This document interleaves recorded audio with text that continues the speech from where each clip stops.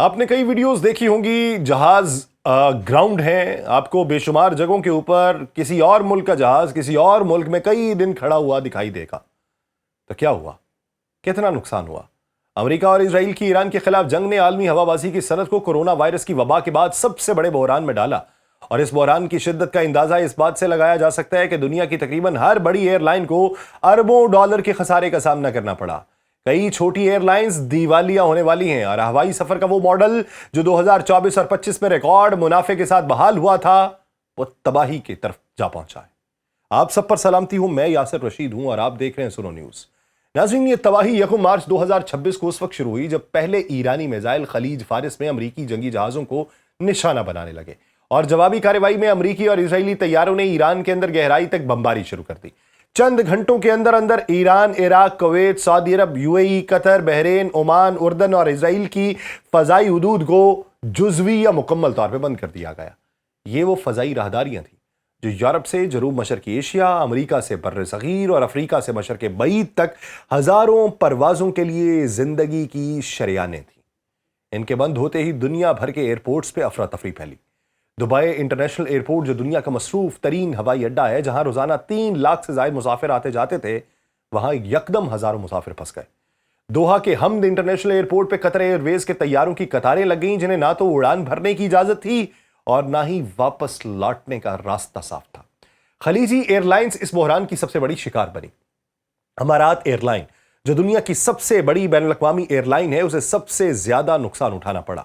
جنگ کے پہلے ہفتے میں امارات کو اپنی 40% سے زائد پروازیں منسوخ کرنا پڑیں، کیونکہ اس کا پورا نیٹ ورک خلیج فارس کے اوپر سے گزرنے والے راستوں پر منحصر تھا۔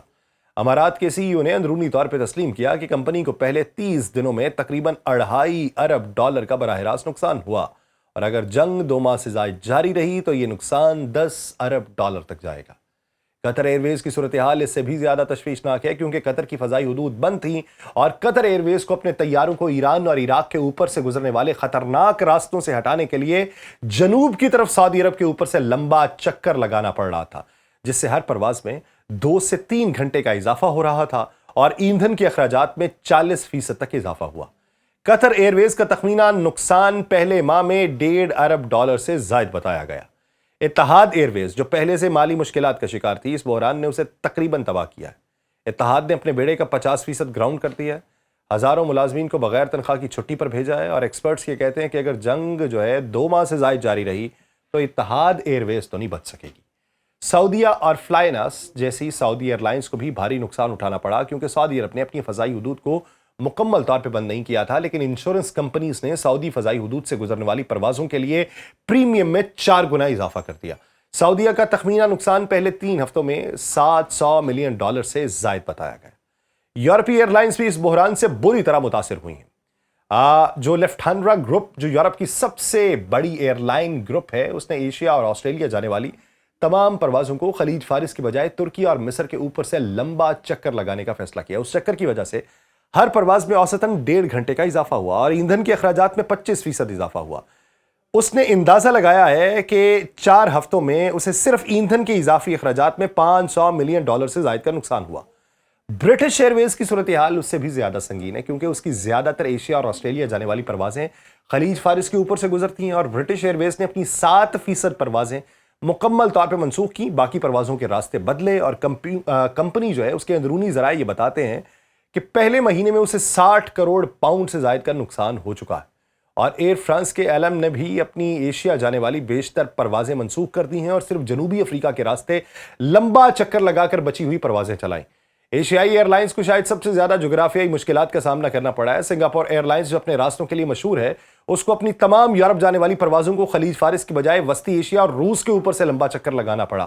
اس چکر کی وجہ سے ہر پرواز میں 3 سے 3.5 گھنٹے کا اضافہ ہوا، اور ایندھن کے اخراجات میں 50% سے زائد اضافہ ہو گیا۔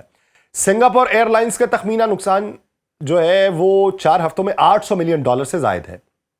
کیتھے پیسیفک نے اپنی تمام یورپ جانے والی پروازیں عارضی طور پہ معطل کر دی ہیں، کیونکہ ہانگ کانگ سے یورپ جانے کا سب سے چھوٹا راستہ خلیج فارس کے اوپر سے ہے، اور کیتھے پیسیفک کو پہلے 3 ہفتوں میں $400 ملین سے زائد کا نقصان ہوا۔ Thai airways, Malaysia airline, Vietnam airline, ان جیسی جنوب مشرقی ایشیائی ایئر لائنز نے بھی اپنی یورپی پروازوں میں 50% تک کمی کی اور لاکھوں مسافروں کو متبادل پروازوں میں ایڈجسٹ کرنے کی کوشش کی، جس سے ان کے آپریشنل اخراجات میں بے تحاشا اضافہ ہوا۔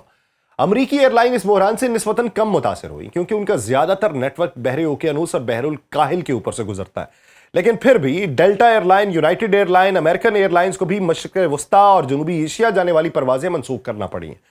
ڈیلٹا ایئر لائنز نے دبئی اور کراچی جانے والی اپنی پروازیں مکمل طور پہ بند کر دیں۔ اس کے نتیجے میں اسے پہلے جو ابتدائی 4 ہفتے ہیں ان میں $300 ملین کا نقصان ہوا ہے۔ اگر آگے بڑھتا ہے تو پھر اس کو ملٹیپلائی کر لیں۔ یونائٹڈ ایئر لائنز نے تل ابیب جانے والی پروازیں تو پہلے ہی بند کر رکھی تھیں، اب اسے دبئی اور ممبئی جانے والی پروازیں بھی معطل کرنا پڑیں، لیکن سب سے زیادہ تباہ کن صورتحال ان علاقائی ایئر لائنز کی تھی جو براہ راست جنگی زون میں واقع تھی۔ اسرائیلی ایئر لائن ایل کو سب سے زیادہ مشکلات کا سامنا کرنا پڑا۔ ایران کی طرف سے اسرائیلی فضائی حدود میں میزائل حملوں کے بعد اس نے اپنی تمام پروازیں چند گھنٹوں کے لیے مکمل طور پہ بند کیں، بعد میں صرف محدود پروازیں چلائیں، اور اس کو انشورنس کمپنیز نے جنگی زون میں پرواز کرنے کا پریمیم اتنا بڑھا کے دیا کہ ہر پرواز کی لاگت معمول سے 5 گنا زیادہ ہو گئی، اور کمپنی کا تخمینہ نقصان 3 ہفتوں میں $250 ملین سے زائد ہو گیا۔ ایرانی ایئر لائنز تو عملاً مفلوج ہو گئیں۔ ایران ایئر، ماہان ایئر، آسمان ایئر لائنز نے اپنی تمام بین الاقوامی پروازیں معطل کر دی ہیں، صرف چند اندرونی پروازیں چلائی ہیں، اور مغربی پابندیوں کے باعث ان ایئر لائنز کے پاس پہلے ہی اسپیئر پارٹس کی شدید قلت تھی۔ اب جنگ نے انہیں مکمل طور پہ گھٹنے ٹیکنے پر مجبور کیا۔ ترکیہ کی ترکش ایئر لائنز اس بحران میں ایک منفرد صورتحال سے دوچار رہی۔ ترکیہ کی فضائی حدود کھلی رہیں، ترکش ایئر لائنز نے خلیجی ایئر لائنز کے گراؤنڈ ہونے کے بعد ان کے مسافروں کو لے جانے کا بھرپور موقع اٹھایا، لیکن ساتھ ہی اسے ایندھن کی قیمتوں میں اضافے اور لمبے راستوں کی وجہ سے بھی بھاری نقصان اٹھانا پڑا۔ کمپنی نے اپنے بیڑے میں 25 نئے طیارے شامل کرنے کا منصوبہ عارضی طور پر روک دیا، اور پہلے جو ابتدائی تخمینے لگائے گئے اس میں تقریباً $400 ملین کا نقصان ہوا۔ پاکستانی ایئر لائنز کی صورتحال بھی خراب رہی۔ پاکستان انٹرنیشنل ایئر لائنز جو پہلے مالی بحران کا شکار ہے، اس نے اپنی تمام یورپ اور امریکہ جانے والی پروازیں عارضی طور پر بند کر دیں، کیونکہ ان پروازوں کے راستے خلیج فارس کے اوپر سے گزرتے تھے، اور پی آئی اے کو پہلے مہینے میں $50 ملین سے زائد کا نقصان ہوا۔ کمپنی نے حکومت سے ہنگامی امداد کی بھی درخواست کی ہے۔ ایئر بلو، سری لنکن ایئر لائنز جیسی چھوٹی ایئر لائنز نے تو اپنی تمام بین الاقوامی پروازیں جو ہیں وہ معطل کر دی ہیں، اندرون ملک پروازیں چلائی ہیں۔ اس بحران کا ایک اور اہم پہلو کارگو انڈسٹری کی تباہی ہوئی ہے۔ دنیا کی کل مال برداری کا تقریباً 35% ہوائی جہازوں کے ذریعے ہوتا ہے، اور خلیج فارس کے اوپر سے گزرنے والے راستے اس مال برداری کے سب سے اہم راستے ہوتے ہیں۔ FedEx, D H L اور یو پی ایس جیسی کارگو ایئر لائنز کو اپنے طیاروں کے راستے بدلنے پر مجبور ہونا پڑا ہے، جس سے ہر پرواز میں لاگت میں 50 سے 70% تک اضافہ ہوا۔ فیڈ ایکس نے اندازہ لگایا کہ اگر جنگ 2 ماہ جاری رہی تو اسے صرف راستوں کی تبدیلی کی وجہ سے $1.5 ارب کا نقصان ہوگا۔ الیکٹرانکس، دوا سازی، تازہ پھل سبزیاں، فیشن انڈسٹری کی مصنوعات جو ہوائی جہازوں سے منتقل ہوتی ہیں، ان کی سپلائی چینز مکمل طور پہ درہم برہم ہو چکی ہیں۔ اس بحران کے معاشی اثرات صرف ایئر لائنز تک محدود نہیں رہے، ہوائی اڈوں کو بھی نقصان اٹھانا پڑا ہے۔ دبئی کے القاسمی ہوائی اڈے نے اپنے 30% عملے کو عارضی طور پہ فارغ کر دیا، کیونکہ امارات ایئر لائن کی پروازوں میں کمی کے باعث ہوائی اڈے کی آمدنی نصف ہو گئی۔ دوحہ کا جو حمد ہوائی اڈا ہے، اس نے اب 24 گھنٹے چلنے والے آپریشنز کو کم کر کے 16 گھنٹے کر دیا۔ سنگاپور کے چانگی ہوائی اڈے نے، جو کہ ایشیا کا مصروف ترین ہوائی اڈا ہے، اس نے اپنی ترقیاتی منصوبوں میں $5 ارب کی لاگت والے ٹرمینل 5 کی تعمیر کو عارضی طور پر روک دیا ہے۔ اس بحران میں ہوائی جہاز بنانے والی کمپنیز بھی بری طرح متاثر ہوئی ہیں۔ بوئنگ اور ایئر بس کو خلیجی ایئر لائن سے جہازوں کی ترسیل میں تاخیر کی درخواستیں موصول ہونے لگی ہیں، کیونکہ ان ایئر لائنز کے پاس نئے جہاز لینے کے لیے نقدی نہیں ہے۔ امارات نے اپنی بوئنگ 777X کے آرڈر میں 1 سال کی تاخیر کی درخواست کی ہے۔ قطر ایئر ویز نے اپنے ایئر بس A350 کے آرڈر میں 6 ماہ کی تاخیر کر دی ہے۔ ان تاخیری درخواستوں نے بوئنگ اور ایئر بس دونوں کو مشکلات میں ڈال دیا، کیونکہ یہ کمپنیز پہلے ہی سپلائی چین کے مسائل کا شکار تھیں۔ عالمی سیاحت کی صنعت بھی اس بحران سے بری طرح متاثر ہوئی۔ مشرق وسطیٰ کی سیاحت، جو کہ 2025 میں ریکارڈ سطح پہ پہنچ چکی تھی، یکدم مکمل طور پہ ختم ہو گئی۔ دبئی کے ہوٹلز میں قیام کی شرح 10% سے بھی نیچے ہے، عام حالات میں یہ 90% سے زائد ہوتی تھی۔ سعودی عرب کے نیوم منصوبے اور سیاحتی شعبے جو ہیں وہ متاثر ہوئے ہیں، کیونکہ سیاحوں کی آمد مکمل طور پہ رک گئی ہے۔ مصر کی سیاحت، جس کا دار و مدار یورپی سیاحوں پہ تھا، مکمل تباہ ہوتی دکھائی دے رہی ہے، کیونکہ یورپ سے مصر جانے والی پروازیں بھی خلیج فارس کے بحران کی زد میں آئیں۔ اس تباہی کے بعد اب عالمی ہوا بازی کی صنعت کے سامنے سب سے بڑا سوال یہ کہ کیا یہ بحران کورونا وبا کی طرح عارضی ہوگا، یا پھر یہ صنعت کی ساخت کو ہمیشہ کے لیے بدل دے گا۔ ماہرین کا کہنا ہے کہ کورونا کے برعکس اس بحران کی کوئی متعین تاریخ نہیں، کوئی نہیں جانتا۔ جنگ کب ختم ہوگی، کب فضائی حدود کھلیں گی، کب تیل کی قیمتیں معمول پہ آئیں گی؟ غیر یقینی صورتحال شاید اس بحران کی سب سے بڑی تباہی ہے کہ جب کوئی بھی پیش گوئی نہ کر سکے کہ یہ صورتحال کب ختم ہوگی تو ایئر لائنز کے لیے منصوبہ بندی کرنا، عملہ رکھنا، جہاز خریدنا یا راستے طے کرنا تقریباً ناممکن ہے۔ مذاکرات ہو رہے ہیں لیکن مذاکرات کے پردے میں اگلے حملے کی تیاری کب کون کرے گا؟ کوئی کیا اس وقت ایشورٹی دے سکتا ہے؟ کوئی نہیں۔ ہر کوئی اپنی قومی ایئر لائنز کو بچانے کے لیے بیل آؤٹ پیکجز کا اعلان کر رہا ہے۔ متحدہ عرب امارات نے امارات ایئر لائن کو $4 ارب کا ہنگامی قرضہ دیا۔ قطر نے قطر ایئر ویز کو $3 ارب کی ریاستی ضمانت دی۔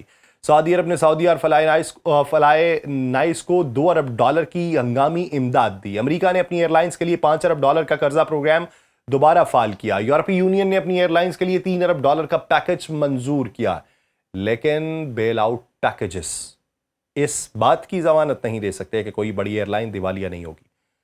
یہ جنگ اگر 3 ماہ سے زائد جاری رہتی ہے تو کئی چھوٹی اور درمیانی ایئر لائنز کا بچنا ناممکن ہو جائے گا، یہاں تک کہ بڑی ایئر لائنز کو بھی اپنے بیڑے میں کمی، عملے کی چھٹیاں اور نیٹ ورک کی تنظیم نو جیسے دردناک فیصلے کرنا پڑیں گے۔ ہوا بازی کی صنعت کا وہ ماڈل جو پچھلے کچھ سالوں میں ریکارڈ منافع دے رہا تھا، اب صرف چند ہفتوں میں تہوبالا ہو چکا ہے۔ یہ وہ منظرنامہ ہے جو 2026 کی موسم بہار میں عالمی ہوا بازی کی صنعت کے سامنے آیا ہے۔ ایک بحران جو کورونا سے بھی زیادہ پیچیدہ ہے کیونکہ اس کی کوئی طبی ویکسین نہیں ہے، اس کی کوئی متعین تاریخ نہیں ہے، اس کی کوئی سادہ سیاست نہیں ہے۔ یہ بحران جغرافیہ، سیاست، معیشت، فوجی طاقت کے اس پیچیدہ جال میں ہے جو مشرق وسطیٰ کو صدیوں سے اپنی لپیٹ میں رکھے ہوئے، اور جب تک یہ جال نہیں کھلتا عالمی ہوا بازی کی صنعت کا بحران بھی ختم ہوتا نظر نہیں آ رہا۔ مجھے دیجیے اجازت، اللہ نگہبان۔